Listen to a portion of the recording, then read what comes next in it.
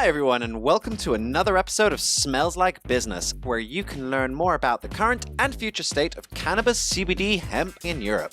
We talk to different cannabis experts and entrepreneurs, making it easier for you to enter and better understand the cannabis industry.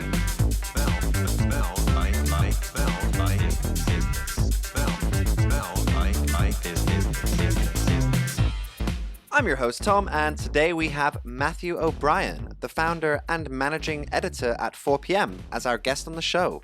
Matt moved from Ireland to Canada when he was just 19 to kickstart his cannabis career, and the risk paid off.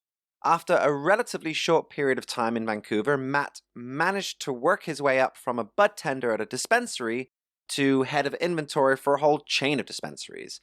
Matthew has since gone on to create FourPM, a daily newsletter designed for people who want to stay up to date on all the newest developments within the cannabis industry. I highly recommend signing up if you want to keep your finger on the pulse with anything cannabis related. Matt shares his story with us and gives great tips for any of you Europeans dreaming of moving to Canada or to the US to kickstart your cannabis career. He also shares some great insights into what he thinks will be the next big developments in the cannabis industry. We cover quite a lot of topics, so let's not waste any more time and let's crack on.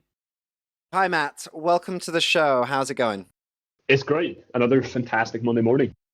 Another fantastic Monday morning indeed.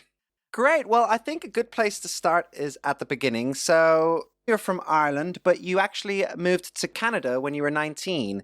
So what actually made you decide to make the move? For sure. It was a combination of a few different factors. First and foremost, at the time, I was evaluating whether or not it made sense for me to go to university to study business/economics. And having done a pretty decent amount of research, it became quite clear that a lot of the individuals whom I looked up to in the business world, they themselves hadn't actually obtained certificates from universities. And I guess that was the beginning of my curiosity as to whether there was an alternative path I could pursue as opposed to paying university to receive a certification. And at the same time, I began to become extremely interested in the economics of the war on drugs, or I guess alternatives to that, what the world might actually look like if ever we were to embrace this idea of legalizing all drugs. And with Ireland being a quite conservative state by all metrics, it wasn't the right place for me to spend my time if I had any intent to actually pursue that curiosity, to just learn what the world might actually look like if that premise actually ever came into play. So with Canada legalizing cannabis and having my brother in Vancouver at the time who was actually working in cannabis, it just made a lot of sense to move over there. The initial intent was to do it as a gap year and then just evaluate thereafter as to whether or not I could actually make a career for myself in the cannabis industry. And I'd say within about 2 weeks working as a budtender in Vancouver, it became quite clear to me that this was going to be the industry I was going to work in for the rest of my life. Okay, interesting. So what started out as a gap year, how many years on are we now? 4 years on? I think we're 4 years in at this point in time, if not more. That's quite the gap year. But it sounds like you settled in quite quickly. And I guess having your brother there and actually already in the industry must have helped a little bit. Big time. Yeah, so for me, I actually went to Canada with not enough money in my bank account to actually pay a month's rent. I think I had $500 at the time, which for anyone who spent a bit of time in Toronto or Vancouver, that is absolutely insufficient to pay a month's rent. So what I'd done to start with was just spending time at children's sports camps in the northern part of Ontario. That was a fantastic way to just immerse myself in Canada. And then at the end of it, I got a small amount of compensation, which ultimately allowed me to purchase a plane ticket to fly out to Vancouver. But I spent I'd say about a year and a half planning it. So was quite happy that it played out as intended. So yeah, let's talk a little bit about your life in Canada. So you started out as a budtender. What was it like actually working at a dispensary, especially coming from Ireland where cannabis is illegal and probably quite hard to come by? It was surreal. It completely shattered any and all expectations as to what I had as to what cannabis would be. I had always known I was going to find myself working in a cannabis retail store. However, I was just completely blown away as to the level of sophistication these stores were operating at. You must have felt a little bit like a kid in a candy shop with all these amazing strains and also such high quality of bud. Big time. I knew jack shit about cannabis at the time. And to me, that kind of seemed like a disadvantage in the early days, in that it was very difficult to have positive interactions with customers, whereby I was unable to make good recommendations. However, in retrospect, that was exactly what I needed. I needed to come into the industry with a lack of bias as to what cannabis was or was not. And courtesy of coming in with that blank canvas, I was able to immerse myself in the most up-to-date understanding as to what cannabis actually is. And then courtesy of that, like within a very short period of time, I became the most educated person in the store just by virtue of spending literally any time I wasn't serving a customer, just reading research papers to help myself understand as to what cannabis is. And from there, like it just became very, very obvious to me that this industry was on track to change the world in ways which people are only beginning to appreciate.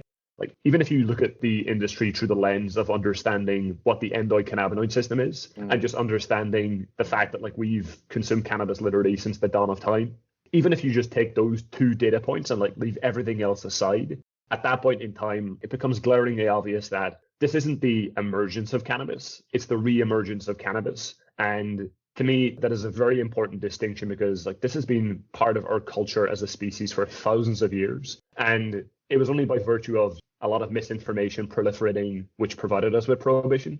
However, the days of prohibition are numbered. And I think for any and everyone, like it is a really worthwhile endeavor to just take the time to understand what cannabis is, because this industry is on track to change the world in ways in which we are only beginning to appreciate. And I even think for individuals like ourselves who are immersed in the industry, I think every single person in the world right now is grossly underestimating the trajectory which this industry is on. Yeah, I wouldn't be surprised if we are totally underestimating not only where the industry is going, but also just the plant in general, because it really does feel like we're just scratching the surface. But yeah, talking about trajectories, let's talk a bit about yours and your career path, because it looks like within a relatively short period of time, you actually managed to work your way up the cannabis corporate ladder. Maybe corporate is the wrong word to use, but I'm just loosely referring to illustrate a point. But yeah, you went from being a budtender to a store manager to a regional manager, all in the space of, I believe, 2 years. So what's the story there? Yeah, immigrants like myself have a pretty unique advantage in that when you move to a country, because you're not there and like you don't know all that many people, you can with intent have a very unbalanced work-life balance. So for myself, I was working like 50, 60 hours per week, and I was doing the job, and then in return I would receive the title. So I demonstrated a willingness to take on the roles. They provided me the means to take them on. And then within a short period thereafter, they would ultimately provide you with the title and compensation associated with those roles, which I think is something which is applicable in any industry. However, I think that particular approach is even more relevant in a startup industry, whether that's a software startup or a startup industry like cannabis, whereby there just isn't enough talent coming into the space.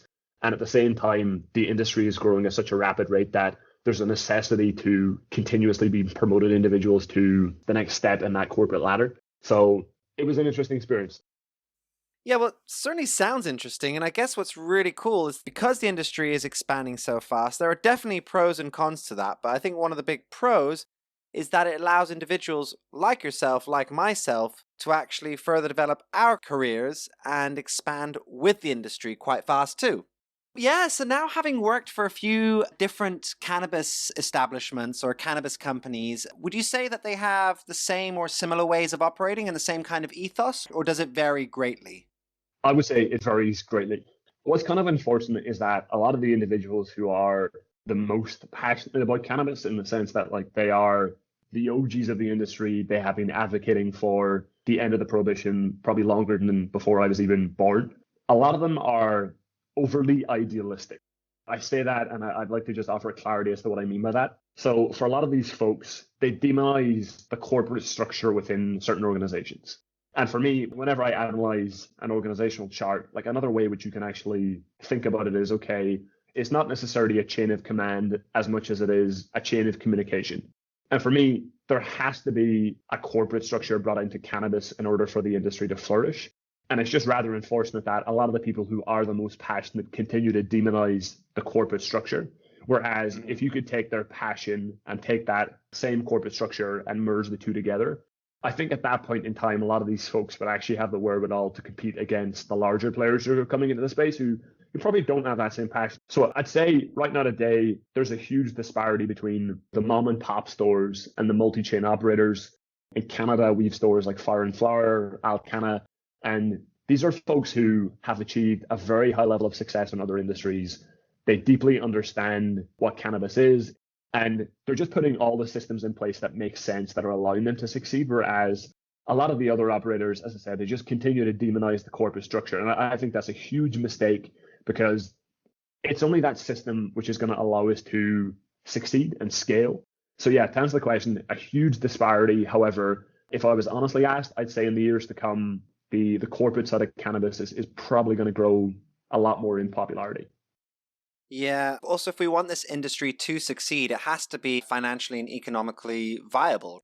But yes, let's talk a little bit about 4PM, because that's what you're doing currently.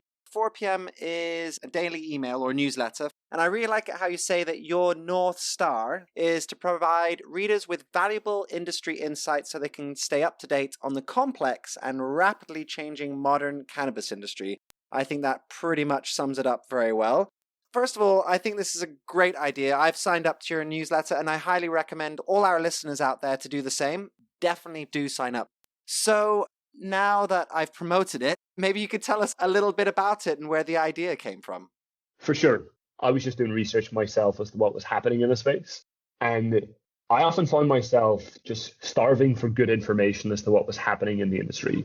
Like, there's a lot of good publications out there for investors, like publications like MJ Biz, which take a very factual sort of approach to cannabis, and that they're just laying out the plain facts. Whereas to me, what is most valuable is someone who actually has experience in the industry. They understand the space. They're connected with the leaders of companies such that they've a general good sense as to the direction the industry is moving towards. And the way I explain 4PM to people is that it's the most selfless thing I do on a daily basis. It gives me the means to sit down for 4, 5, 6 hours a day, analyze the internet to see what's happening in the space, stay up to date with all the trends, and then I'll just sit down and I'll share with the readers what I think is the most pertinent information which they should be consuming, such that they understand what's happening in our space. Because if you're someone who is interested in succeeding in cannabis, I think it's almost a necessity to understand what change is occurring within the space, such that you can best position yourself to actually succeed within the industry. And people seem to be getting value with it, and as long as people are getting value from it, it's something which I'll continue to do. So, are there actually any interesting developments in the industry which you feel particularly excited about? I think that the entire supply chain within cannabis is going to be completely changed within the next decade. And I think it's really, really important for everyone who's interested, number one, in cannabis, or alternatively is working in the space, to understand what that change is actually going to look like. So today, as an industry, we currently, for the most part, have access to 2 molecules, CBD and THC. CBD, widely perceived to be the non-intoxicating cannabinoid, and THC sort of perceived to be the rather pleasurable cannabinoid which you consume if you're seeking to get high. And in reality, there's about 140 different cannabinoids that we're currently aware of. However, as a result of the current agricultural supply chain, i.e., we cultivate a cannabis plant and then it produces cannabinoids. Typically, it might be, 20% of the mass of the flower is the cannabinoid. And then if you want to produce oils or concentrates, you will extract those cannabinoids and then produce higher concentration products. So the problem with the current supply chain is that we don't actually have the means to access the far majority of the cannabinoids that we know exist. These are cannabinoids like THCV, CBN, CBG. It's an extremely long list of molecules which likely have as much value as the current cannabinoids that we have access to. However, the current supply chain doesn't have the wherewithal to actually produce these molecules in sufficient quantity such that they could be commercialized and products could be produced with these molecules being the basis of their unique differentiation points. So what's going to happen in the coming years is that the widespread ability of what's called cultured cannabinoids is likely going to be the most important change our industry undergoes within the next decade, whereby we transition from a supply chain that is largely dependent upon the cultivation of cannabis towards the production of cultured cannabinoids. So I'm going to use a term which is biosynthetic. And a lot of people, as they hear that, are probably going to shiver and they think, okay, what Matthew's suggesting here is that we're all going to start consuming synthetic cannabinoids, whether that's K2 or splice. That's not actually what I'm suggesting here. The reason as to why I differ from biosynthetics versus that of just a synthetic approach is that using biosynthetics, you're actually producing a natural organic product. So the molecules which we currently consume, THC, CBD, they are natural, they are organic, they are produced via the cultivation of cannabis. The cannabinoids which we're going to produce using biosynthetics, cultured cannabinoids, are going to be the exact same. The only difference is that we as an industry will then have access to about 140 different cannabinoids, as opposed to today, whereby we currently have access to just 2. And to me, when that happens, it is a completely different industry which we are then operating within. And I think the overall potential of the industry is completely transformed at that point in time as a result of having access to this long, long list of molecules, of which each and every one of them likely produces different benefits. Like you said, there's around 140 that we know of so far, and the industry at the moment and the market at the moment is just based on 2, and only recently 2, because CBD is still relatively new to the scene. So if we've got over 140 to choose from, I mean, that is going to be a bit of a game changer, to say the least. So yeah, definitely exciting stuff. Another thing that we touched on a little bit at the beginning, and I know it's something that you're quite vocal about anyway, is change in the industry's approach to moving away from a sort of sativa indica hybrid model to talking more about terpenes and flavor profiles of different strains, which I think is also quite interesting. How is that actually translating in Canada, where you have a legal market? Because I used to actually work in a coffee shop in the Netherlands, and still today it's very much your indicas, your sativas, and your hybrids. Is that the case still in Canada, or are they moving to a sort of more terpene or flavor profiled based model? Yeah, absolutely. Like, I'll just offer a little bit of context for anyone listening to this who may not actually be aware as to what my critique of those terms currently is. The starting point, which I often start with in any of these conversations, is that cannabis affects each and every one of us differently.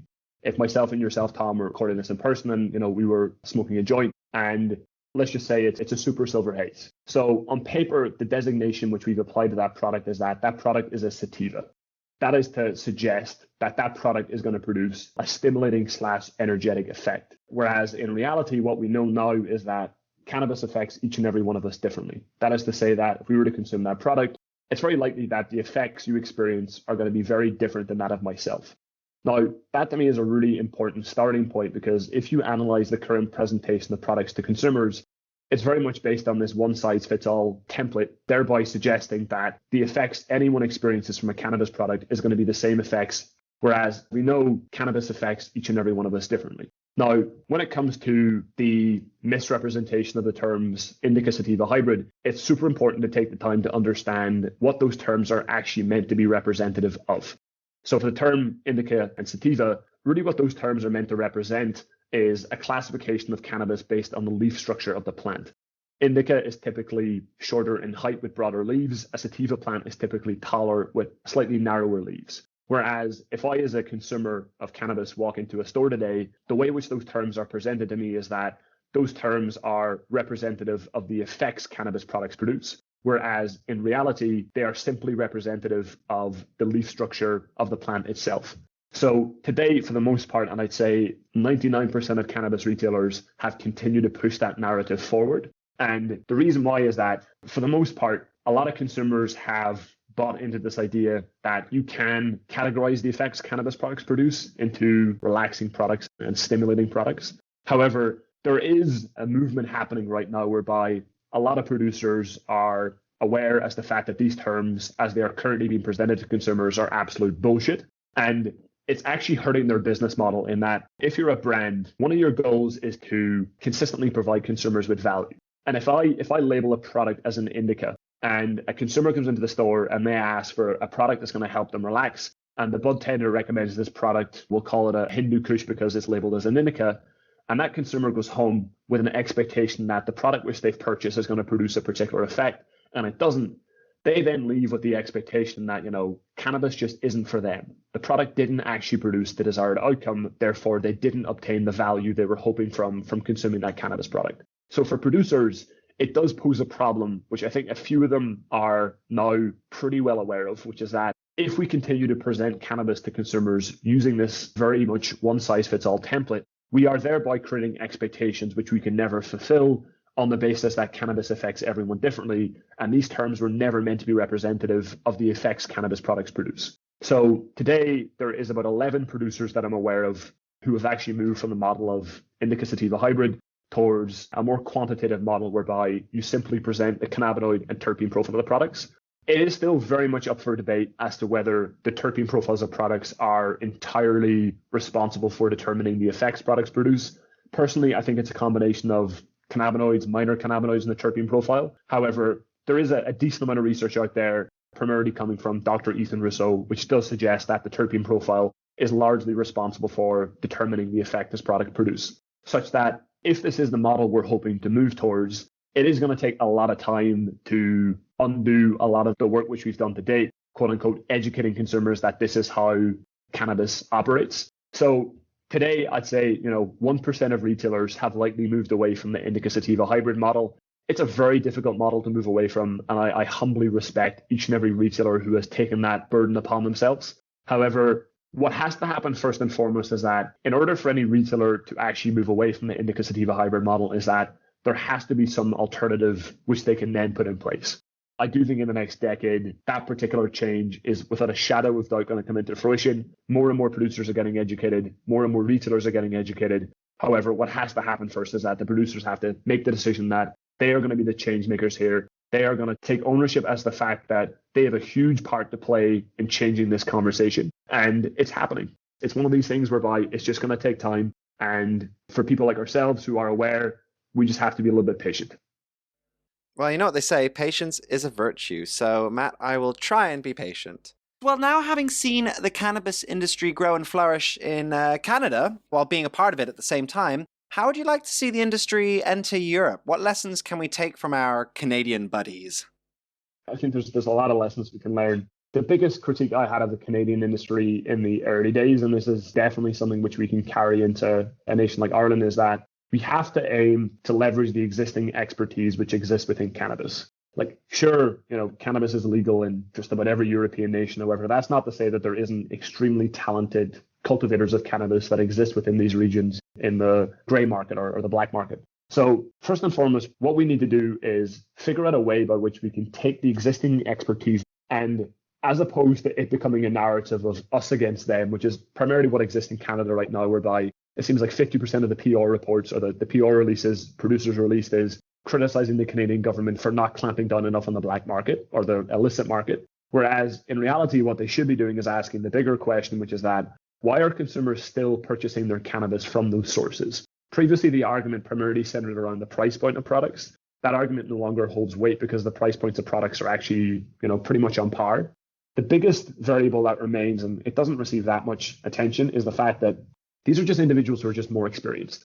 I think it's like 85% of the cannabis purchased in Canada today is dried flower. And the individuals who have by far the greatest expertise in producing the highest quality products still aren't participating in the legal market. So from my standpoint, the question which we should be asking ourselves, particularly in Europe, like Amsterdam have quite a legacy of producing high quality cannabis. We need to ask ourselves, how do we create a regulatory framework whereby we encourage those individuals who are currently participating in the illicit market to actually help us create the best version of the cannabis industry in the legal market? And I think if we get that right, I think there's a huge opportunity for any European nation to really become a market leader, because the Canadian regulatory system seems to have completely butchered the potential it had to create what would have been one of the most sophisticated markets in the world, with some of the most talented growers producing the products that consumers are consuming. And from the conversations I've had, a lot of these growers who are still participating in the illicit market, they have no intention of transitioning over. And to me, it's just an absolute shame. It's a shame that these individuals are not actually being encouraged to participate in the legal market. And then, I guess secondary to that, like going back to biosynthetic cannabinoids, I might be wrong on this number, but my understanding is that 11 of the top 12 global leaders in biotech actually have their headquarters in Ireland. Now, likely that is for taxation purposes. Ireland has like one of the lowest corporation taxes in the world. However, if the future supply chain is primarily that of a biotech supply chain, whereby somewhere in the region of like 80 to 90% of the cannabinoids being consumed are being produced by virtue of biosynthesis, then the question which I'd be asking ahead of time is, okay, if all of these multinational companies have already infrastructure in place in nations like Ireland and other nations across Europe, how do we actually leverage that existing infrastructure such that Europe does become the market leader in cannabis? Because I think a lot of people currently perceive that South America will, by virtue of the fact that they can cultivate cannabis at a very low price point. I actually don't think that's the way this industry plays out. I think the most likely way is that There's going to be a very small percentage of the overall market consuming dried flower. A decade from now, it might be in the region of like 20%. And then the remaining 80% is going to be in form factors like edibles, beverages, chewing gum, topicals, so on and so forth. And the cannabinoids which are going to be added to those products are going to be cultured cannabinoids. And I think if we get that right, a nation like Ireland could easily become the market leader in cannabis across the globe. And as an Irishman, I mean, would that attract you to come back? I would love to. I would absolutely love to live in Ireland on a more permanent basis. For me, the problem is that, like, first and foremost, Ireland just needs to get its shit together and legalize cannabis, because if you do minimal research, I mean, like, if you were to spend 4 hours just doing research as to why the prohibition of cannabis exists, like, it was never brought into fruition by virtue of the fact that we perceive this was a dangerous substance. Like, it was in its entirety a completely racially fueled effort on the part of a very select number of individuals, which only ever existed by virtue of the fact that the US government could persecute a group of individuals for their color of skin and class. So as a starting point, let's solve that. Now, once we have solved that problem, we can then have more realistic conversations as to what part we want to play in this industry. The biggest change that's going to happen in cannabis in the next decade, the conversation is going to change from cannabis to cannabinoids. And at that point in time, why would we not want to be a market leader in that space? From my standpoint, this is going to be a multi-trillion-dollar industry. Cannabinoids are not just going to be molecules consumed by humans. These are likely going to be molecules which we're adding to the supply chain, whether that's giving it to cows to help with the production of milk. And that's just like one example. Given that we have such a competitive advantage already by virtue of the fact that many of these companies have set up headquarters in Ireland, why would we not want to be benefiting from the opportunity which so very clearly exists? Whether we actually decide to act upon it or not, this is going to play out anyways. The only difference if we actually have these conversations ahead of time is that we may be one of the benefactors of this change, create employment in Ireland, generate taxation revenue, pay off a lot of the debt that we owe, and give Irish people a reason to stay in Ireland, because there's too many young people in Ireland who continue to emigrate abroad because there just isn't any opportunities to stay at home. Yeah, no, absolutely. I have a few Irish friends. They love Ireland to bits. You know, it is their home, but there's just no job opportunities over there. Well, I only have one or two more questions for you. One being, what advice would you give to a European who wants to, well, either enter this exciting new industry or at least better equip themselves for its arrival in Europe? As a starting point, I would assume that everything you think you know about cannabis is likely wrong. Come into the space with a very open mindset as to what cannabis is. And secondary to that, if there is any way for you to get a job as a budtender, like, I would do anything I could to get that job, knowing how valuable the insights I obtained courtesy of having held that position. If you really want to understand the trajectory this industry is on, have conversations with consumers, understand why people purchase cannabis, understand why they have preferences for certain products over others. And if you can have that understanding, you are so far ahead of the pack. Yeah, absolutely. I mean, my next question was literally going to be, would you recommend moving to Canada or the States to develop your cannabis career? You know, of course, we've got Corona at the moment, but if you can get over to the States or Canada, do so. And otherwise, you've always got the Netherlands a little bit closer to home. Of course, they're still operating in a grey area, but I learned a lot working in the coffee shops in the Netherlands. Great. Well, one last question, which I ask all my guests, is if you could go back in time, is there anything you would do differently? You know, something which I probably would have done sooner rather than later, I would have built my network a lot sooner. So I actually waited about 2 years to start building a network in this space. And albeit the cannabis industry is growing at an incredibly rapid rate, there is a very tight-knit community that still exists within this space. And it is not a good assumption to make that everyone who works in cannabis is going to have a willingness to share the insights which they've obtained in the space. However, there definitely is a cohort of individuals whom are extremely willing to share and extremely willing to have conversations whereby they'll explain to you their subject matter expertise within a very specific vertical of cannabis. And it took me about 2 years to actually start building a network. For me, that came in the form of simply creating content on LinkedIn, sharing my perspective, doing that multiple times per week.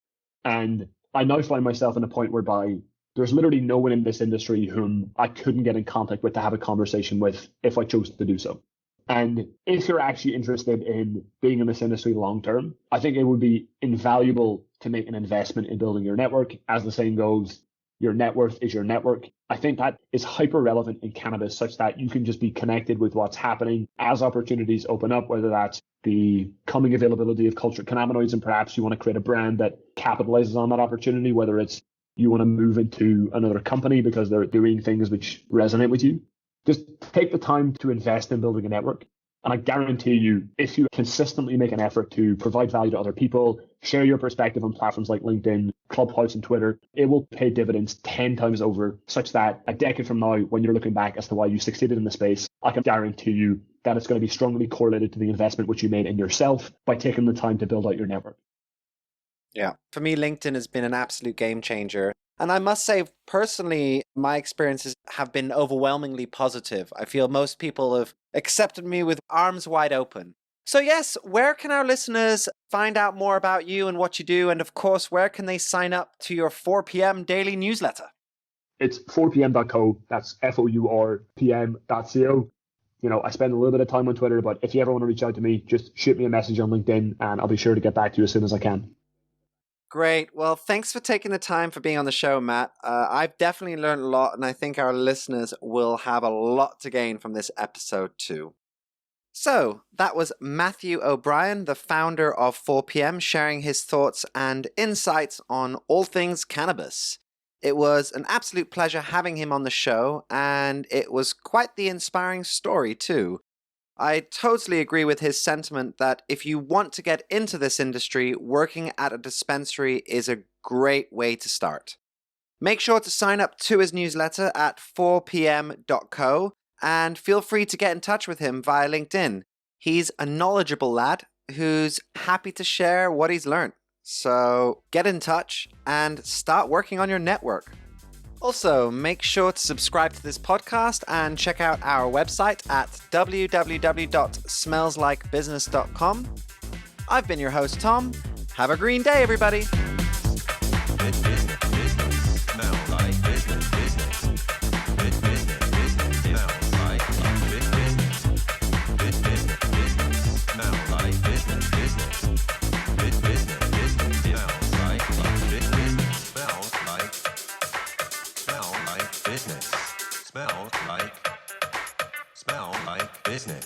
Smell like business.